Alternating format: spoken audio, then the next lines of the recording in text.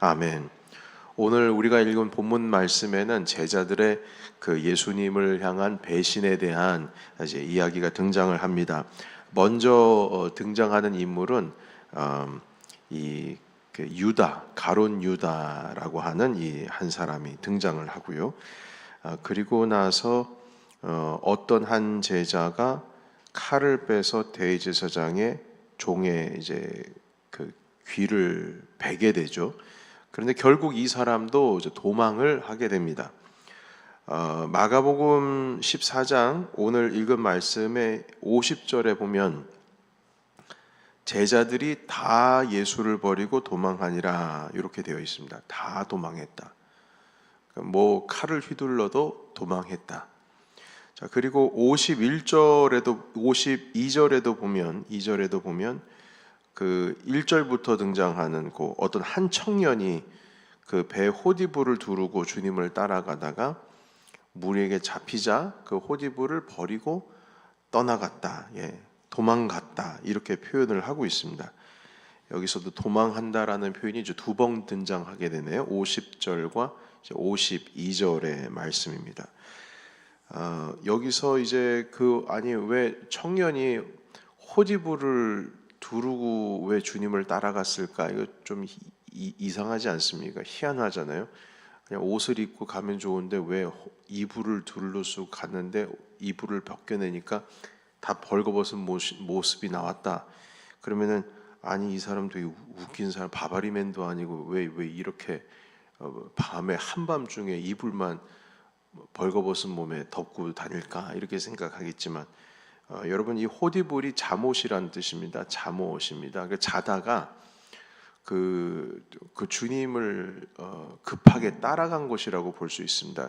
이 내용은 이제 나중에 제가 마가복음 주일날 강의 설교하면서 함께 여러분들과 이 의미에 대해서 함께 나눈 적이 있는데 여러분 기억하실런지 모르겠습니다만 좀 설명이 좀 길기 때문에 이건 혹 다음 기회가 있으면 또 설명을 드리도록 하고요. 이 청년이 누구냐라고 했을 때 이 마가복음을 쓴 마가 요한이었다. 이렇게 신학자들이 대부분 말을 하고 있습니다.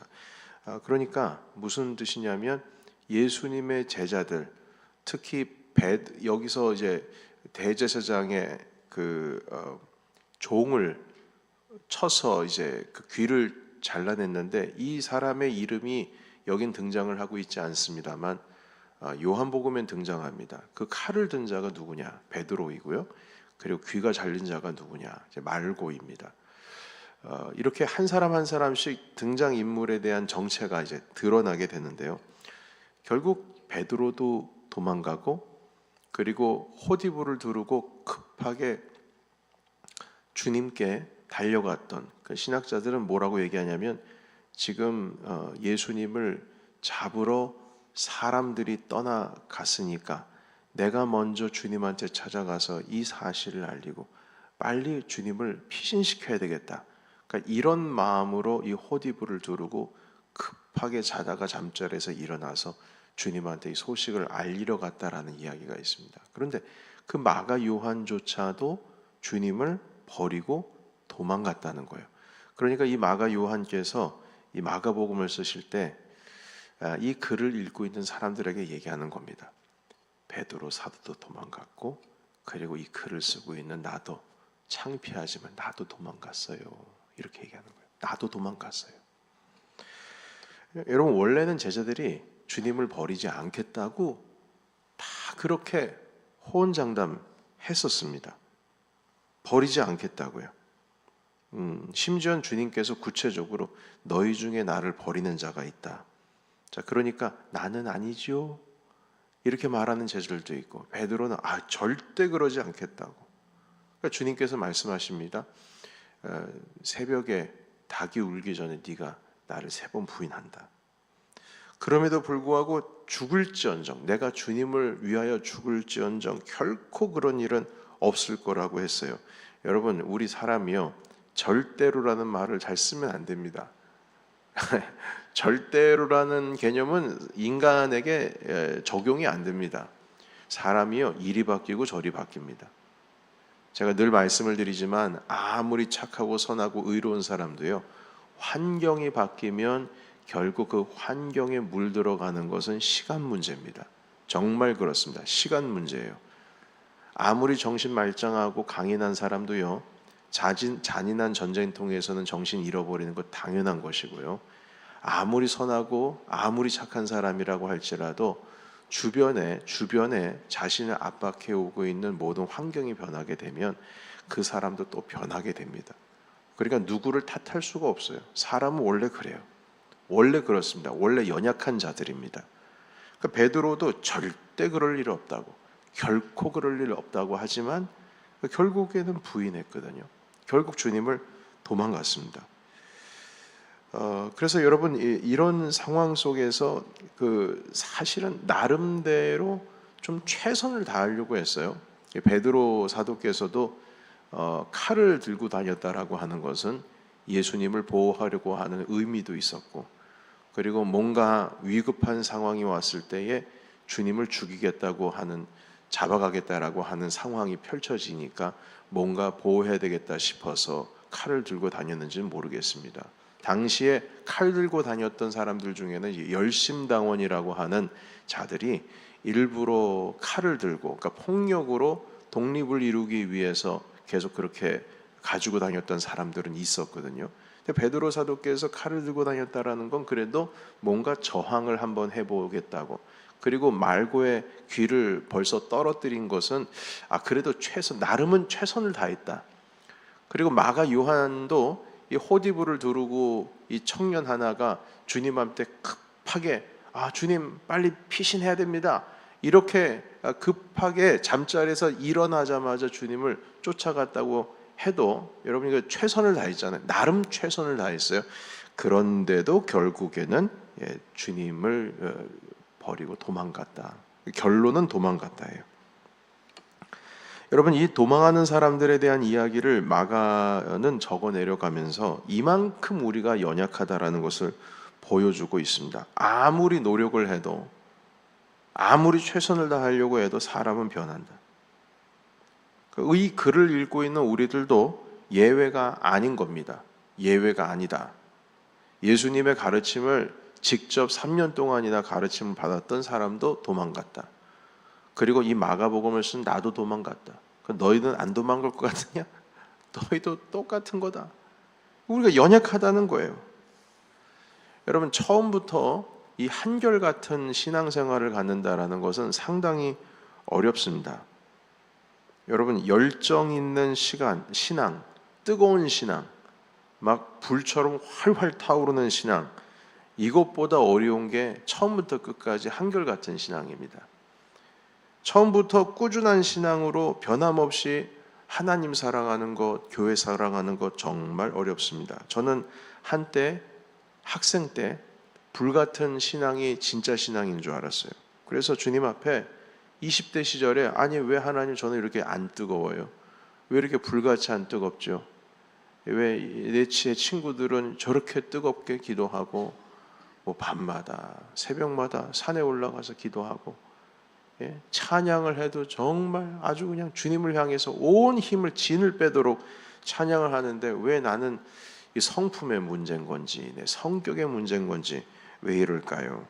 이렇게 기도하면서 한번 주님 앞에 발버둥 친 적이 있어요. 왜 나는 안 뜨겁냐고, 왜 나를 주님 안 만나주냐고. 그런데 지금 생각해 보면 불같은 어떤 열정의 신앙은 필요하긴 합니다. 필요한 신앙이에요. 그러나 우리 인생의 전체 스펙트럼을 보게 되면 열정이 뜨거워서 불같이 타오르는 신앙보다 한결같은 신앙이 더 우리 가운데 필요합니다. 그게 진짜예요. 여러분, 불같은 사랑이요, 다 아시지 않습니까? 여러분, 그 조만간 식지 않습니까? 한결같은 사랑이 진짜 사랑이에요. 한결같은, 변함이 없는. 여러분, 불같은 신앙은 언젠가 식을 날이 오지만 한결같은 신앙은 여전히 식지 않은 화롯불처럼 그렇게 우리 인생 전체를 하나님을 향하게 합니다. 여러분, 우리가 때론 이제 환경이 변하게 되면 우리가 또 연약하니까 변하게 되고, 감정에 따라 우리가 변하게 되기도 하고, 내 정서에 따라서 우리가 변하게 되고 또 이 변덕스러움이 얼마나 심한지 몰라요. 감정에 따라서 예배의 삶이 좋아지기도 하고 나빠지기도 합니다. 그러나 여러분, 정반대의 사람도 있습니다. 우리 예수 그리스도께서 정반대의 분입니다. 그분께서는 제자들은 자기를 버려도 주님께서는 제자들을 버리지를 않습니다.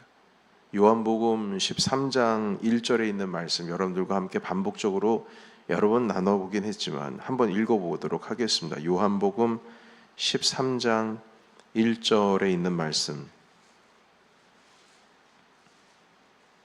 요한복음 13장 1절의 말씀입니다. 우리 같이 한 목소리로 읽도록 합니다. 자, 시작. 유월절 전에 예수께서 자기가 세상을 떠나 아버지께로 돌아가실 때가 이른 줄 아시고 세상에 있는 자기 사람들을 사랑하시되 끝까지 사랑하시니라. 아멘. 끝까지 사랑하시니라. 너는 나를 버려도 나는 너를 버리지 않는다. 너는 나를 버려도, 나를 향한 마음이 변해도 나는 너를 향한 마음은 변하지 않는다. 제자들은 도망가도 예수님은 십자가 앞에서 안 도망갑니다. 이 잔을 내게서 지나가게 하옵소서라고 기도하다가도 아버지의 뜻이거든 이 잔을 내가 받들겠습니다. 한결같이 순종하는 것도 한결같습니다. 한결같이 주님께 순종을 해요. 여러분, 이 예수님의 이 한결같은 그 성품을 우리가 잘 본받을 수가 있을까요? 예수님은 우리를 사랑하시되 끝까지 사랑하신다. 시편 139편에 있는 말씀에 보시게 되면 이렇게 표현을 하고 있어요. 내가 주의 영을 떠나 어디로 가며 주의 앞에서 어디로 피하리이까? 내가 하늘에 올라갈지라도 거기 계시며 스올에 내 자리를 펼지라도 거기 계시니이다. 내가 새벽 날개를 치며 바다 끝에 가서 거주할지라도. 결국 이 새벽 날개를 치고 도망가는 거예요. 저쪽 바다 끝에 한참을 지나가서 세상 끝에 가서 거한다 할지라도. 10절 139편 10절입니다. 거기서도 주의 손이 나를 인도하시며 주의 오른손이 나를 붙드시리이다. 아멘. 우리의 순종의 마음이 변하기도 하고 우리의 입으로 고백한 주님, 절대 전 주님 버리지 않습니다. 그렇게 고백한 우리의 믿음이 변하기도 하지만 예수님은 끝까지 당신의 사람들을 사랑하시고 변치 않으시고 심지어 하나님 아버지를 향한 순종도 변치 않으시고 주님은 십자가 앞에서 도망하지 않으시고 심지어는 그 십자가 위에서 내려오실 수 있으심에도 불구하고 끝까지 내려오지 아니하시고 그렇게 주님께서는 우리를 향하여서는 끊임없는 사랑을, 하나님을 향하여서는 끊임없는 순종을 우리에게 보여주셨습니다. 여러분, 그 한결같은 마음, 한결같은 그 심령을 성경은 신실함이라고 가르쳐주고 있습니다. 처음부터 한결같은 거, 이게 신실함입니다. 여러분, 이 신실함은 하나님의 성품이고 예수님의 성품이에요. 우리는 주님을 향하여서 이 성경에 보시게 되면 계속 계약을 파기하지 않습니까? 아브라함과 계약을 맺으셨어요. 너는 내 백성이 될 것이고 나는 네 하나님이 된다. 네가 내 말을 듣고 따르고 믿고 내 말에 청종하면 너는 내 백성이 될 것이고 나는 네 하나님이 될 것이다. 그런데 이 약속의 말씀이 세대가 변하면 변할수록 계속 깨지게 됩니다. 계속 불완전하고 무너지게 되고 그럼에도 불구하고 주님께서는 그 약속을 다시 회복시켜 주시고 또 회복시켜 주시고 그래서 결국에는 우리를 구원하시겠다라고 한 그 약속을 지키시기 위해서 주님은 당신의 사랑하신 독생자 아들을 우리에게 보내주셨습니다. 한결같습니다. 주님의 신실함이에요. 신실하신 하나님, 우리를 향하신 주님의 성품입니다. 처음부터 그 한결같은 그 마음을 우리가 배워야 합니다. 그래서 여러분, 우리가 믿음이라고 할 때 믿음을요, 뭐 확고한 믿음, 확실한 믿음, 불같은 믿음, 열정적인 믿음, 여러분 그거는 다 갖다 버리십시오. 그건 물론 있으면 좋긴 하지만 그게 다가 아닙니다. 한결같은 게 중요해요. 이걸 붙들어야 됩니다. 한결같은 것. 어떤 일이 있어도 하나님을 향한 신실함, 어떤 일을 있어도 교회를 향한 신실함, 그리고 그걸 뛰어넘어서 가정을 향한 신실함도 있어야 됩니다. 여러분들의 배우자에 대한 신실함도 있어야 되고, 여러분들의 자녀에 대한 신실함도 있어야 되고, 여러분들의 부모님에 대한 신실함도 있어야 됩니다. 이게 바로 그리스도께서 우리에게 보여주신 것이고 우리가 배워야 할 주님의 성품 중에 가장 중요한 겁니다. 여러분, 그래서 한결같은 하나님의 자녀, 여러분 주님께서 우리를 위하여서 한결같으셨으면 그의 자녀도 당연히 그 아버지의 성품을 물려받는 게 당연한 것 아니겠습니까? 야, 그 아버지의 그 아들이다. 그 아버지의 그 딸이다. 주님의 자녀는 유전자적으로 부모를 닮게 돼 있습니다.